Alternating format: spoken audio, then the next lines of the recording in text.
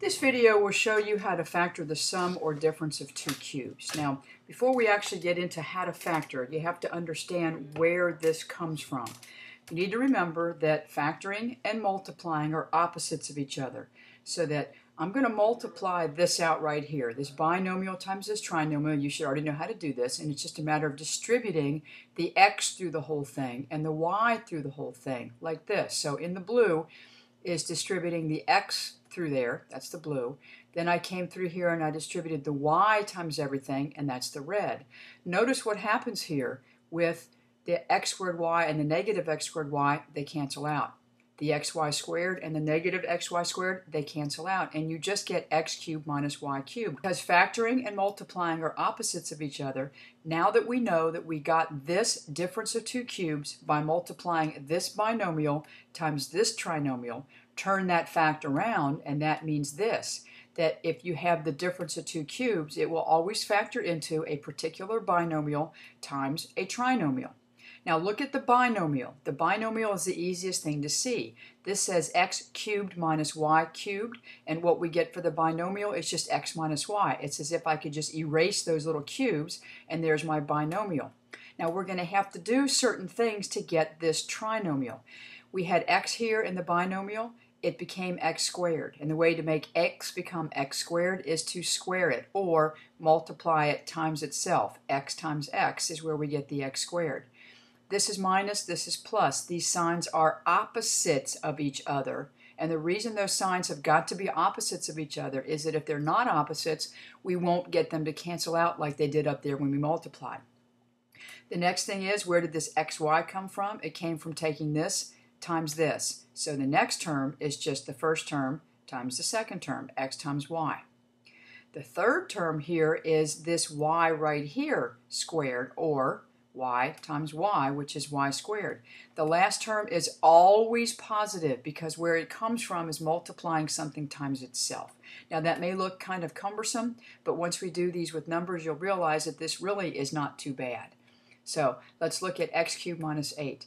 If you are going to factor x cubed minus 8, the first thing you want to do is think about this in what I call the minis. And what I mean by the minis are the mini parentheses. We have to have something cubed. Well, the only way to get x cubed is to have x cubed. What number did you cube to make 8? 2.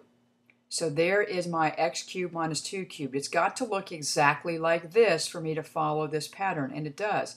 Now that we have that, we have our binomial right there, x minus 2. That's the easy part. Do those four things we just did a second ago.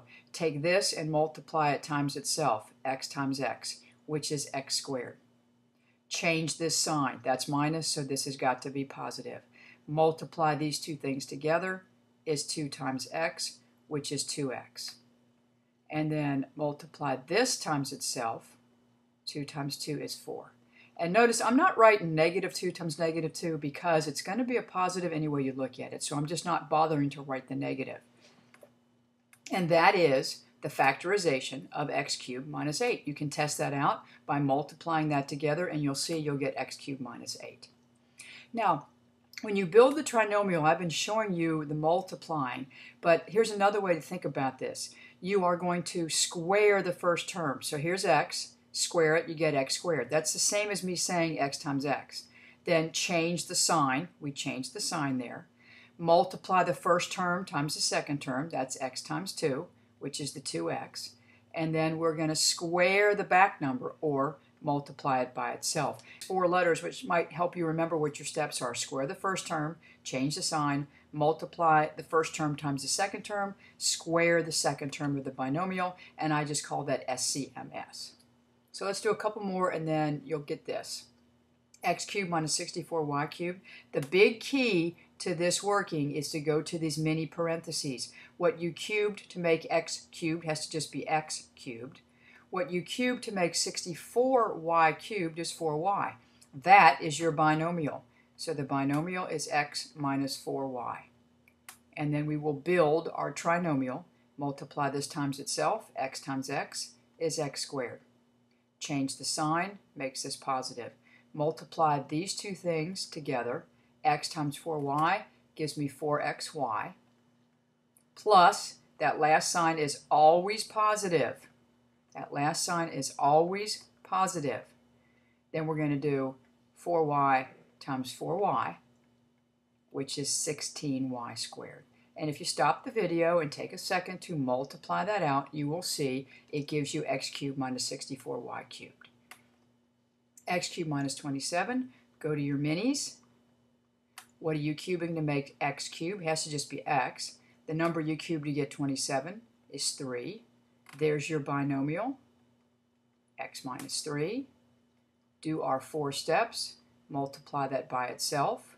X times x is x squared. Change the sign. Multiply those two things together. Gives us 3x. Multiply that times itself. Remember, plus, always plus, 9. And there is your factorization of x cubed minus 27. Now, the sum of two cubes is nothing tricky. It's just going to have a minor sign differential. We are still going to have this situation where those two signs are different. The difference is my plus is in the binomial and the minus is over here in the trinomial. We still need to do this in terms of the mini. So something cubed plus something cubed. What you cube to make x cubed is x. The number you cube to get 125 is 5, which gives us the binomial x plus 5. Do our 4 steps to get the trinomial. Multiply it by itself. X times x is x squared. Change the sign. Since the binomial was plus, this needs to be the minus. Multiply those two things times each other, 5x. And then multiply that by itself, or square it. 5 times 5 is 25. So this is not like the trial and error trinomials. You don't have to try all sorts of things. This is very cut and dried. If you can get to the binomial step, then you have these 4 steps to create your trinomial. X cubed plus 1, go to your minis. Something cubed plus something cubed. Has to be a plain old x in the front. What you cube to make 1 is 1, and that is your binomial.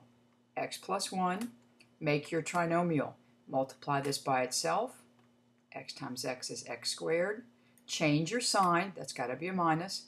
Multiply those together. 1 times x is 1x, but we don't need to write the 1. We'll just write x.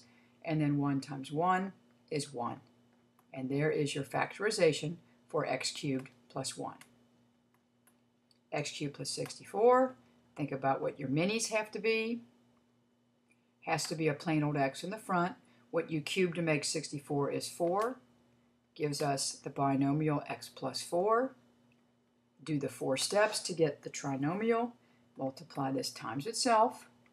Gives us x squared in the front. Change your sign. That was plus. This goes to minus. Multiply those two things together. 4 times x is 4x.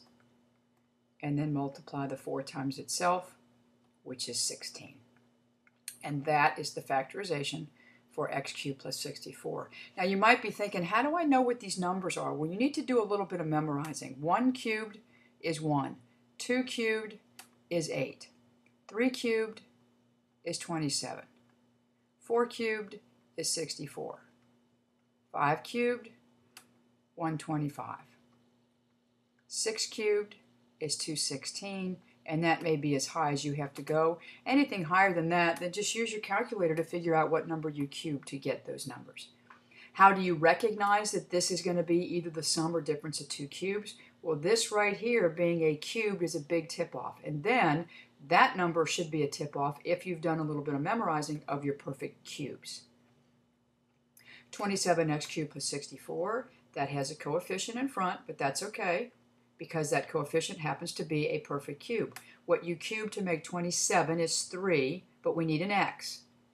And what you cube to make 64 is 4. So there's your binomial right there. Just pretend you take away those cubes, and your binomial is 3x plus 4. Do our 4 steps. This is 3x times 3x, which is 9x squared.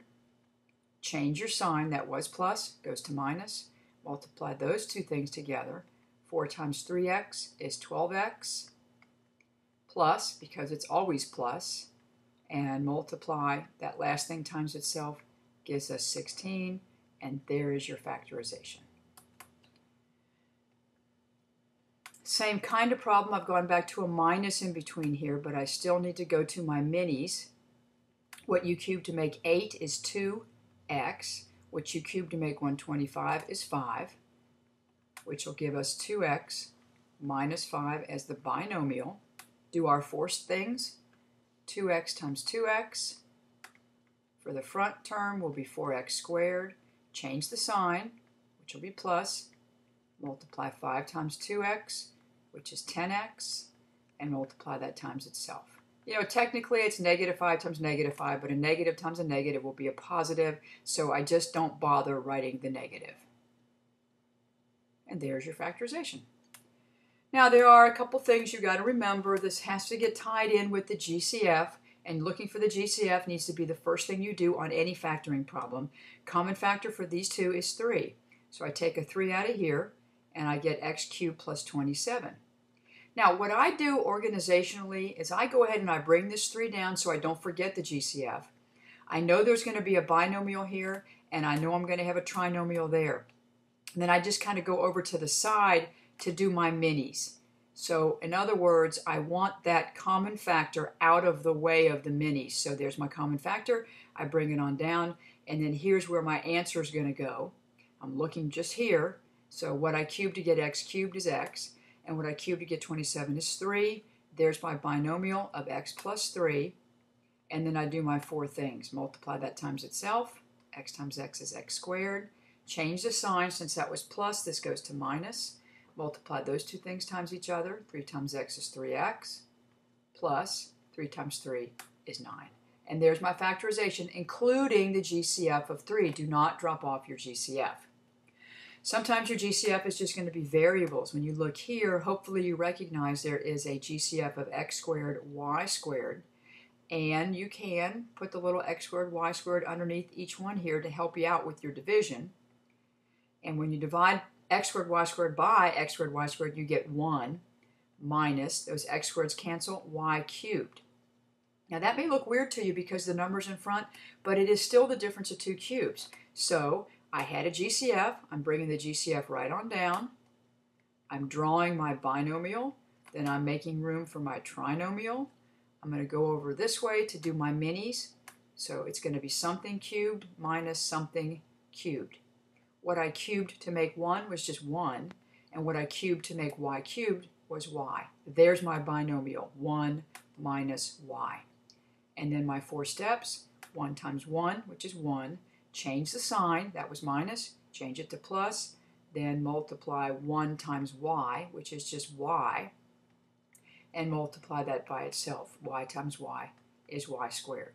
And that is your total factorization for this polynomial up here. Now, you might not recognize this as being the sum of 2 cubes because you look at that x to the 6th and you say, I've never factored anything with x to the 6th. But if the exponents are multiples of 3, it is the sum or difference of 2 cubes.